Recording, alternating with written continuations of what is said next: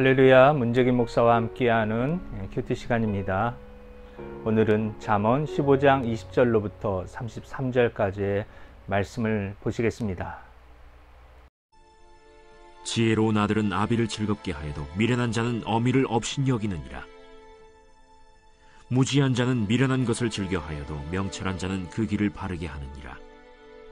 의논이 없으면 경영이 무너지고 지략이 많으면 경영이 성립하느니라.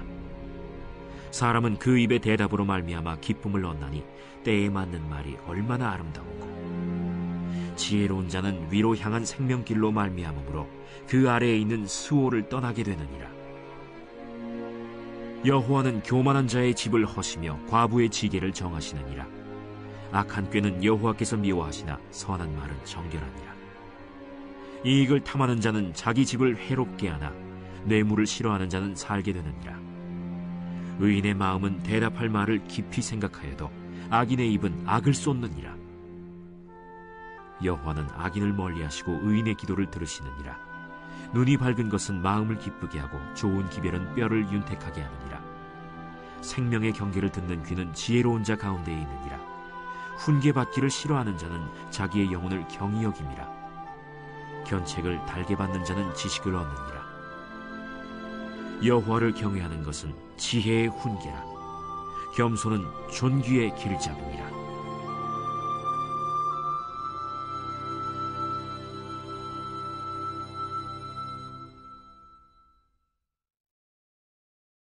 본문 연구를 하겠습니다. 20절로부터 21절까지 부모가 자녀의 명철을 바라는 이유가 무엇인지 말씀하고 있죠. 자, 20절에는 지혜로운 아들은 아비를 즐겁게 하여도 미련한 자는 어미를 업신여기느니라. 무지한 자는 미련한 것을 즐겨하여도 명철한 자는 그 길을 바르게 하느니라. 네, 명철한 자녀는 부모를 기쁘게 하는 자녀이죠. 명철한 자녀는 인생의 길을 올바로 가는 자녀입니다. 즉 부모에게 기쁨이 되고 부모에게 걱정을 끼치지 않는 자녀가 명철한 자녀입니다. 다시 말해서 명철한 자녀는 부모를 기쁘게 하는 자녀이고 부모의 마음을 평안하게 하는 자녀입니다. 그 다음 25절로부터 27절까지 말씀은 악한 사람의 도모에 하나님은 어떻게 응답하시는지 말씀하고 있습니다. 25절입니다. 여호와는 교만한 자의 집을 허시며 과부의 지게를 정하시느니라. 악한 꾀는 여호와께서 미워하시나 선한 말은 정결하니라. 이익을 탐하는 자는 자기 집을 해롭게 하나 뇌물을 싫어하는 자는 살게 되느니라. 하나님은 악한 사람의 꾀를 미워하십니다. 세번역에서는 악한 사람의 꾀를 역겨워하실 정도로 매우 미워하신다고 말씀하십니다. 그래서 교만함으로 악한 사람의 집은 헐리고 불의한 이익을 탐내는 악한 사람은 자기의 가족 모두에게 해를 끼치게 됩니다. 그 다음에 33절 말씀입니다. 참된 지혜의 핵심은 무엇일까요? 바로 여호와를 경외하는 것은 지혜의 훈계라. 겸손은 존귀의 길잡이니라. 주님을 경외하는 것이 참된 지혜의 핵심입니다.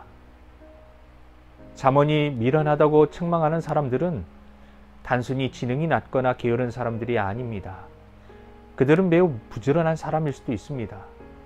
미련함이란 곧 악하고 교만한 사람들에 대한 평가인데 그들의 시도가 원하는 결과로 이어지지 않을 것이기 때문입니다.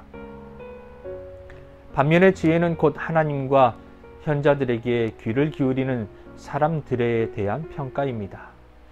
조언자들의 적절한 말들을 경청하며 계획을 세우는 것은 즐거운 일인 동시에 생명의 길입니다.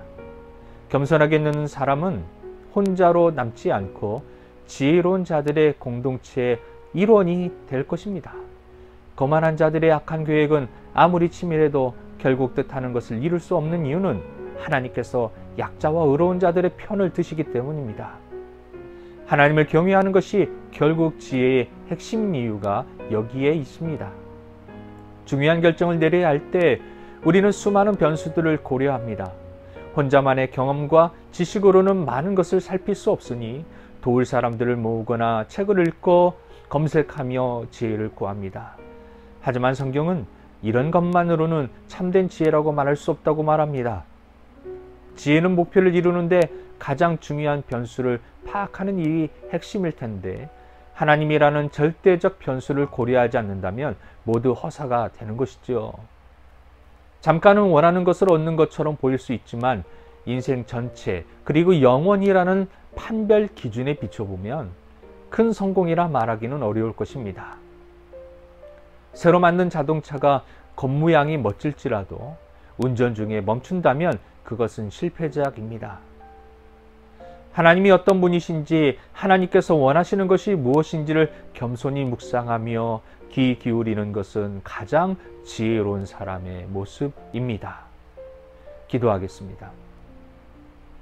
악인의 의도를 무너뜨리시는 하나님, 좁은 시야로 판단하지 않고 겸손히 말씀 안에서 삶을 경영하게 하소서.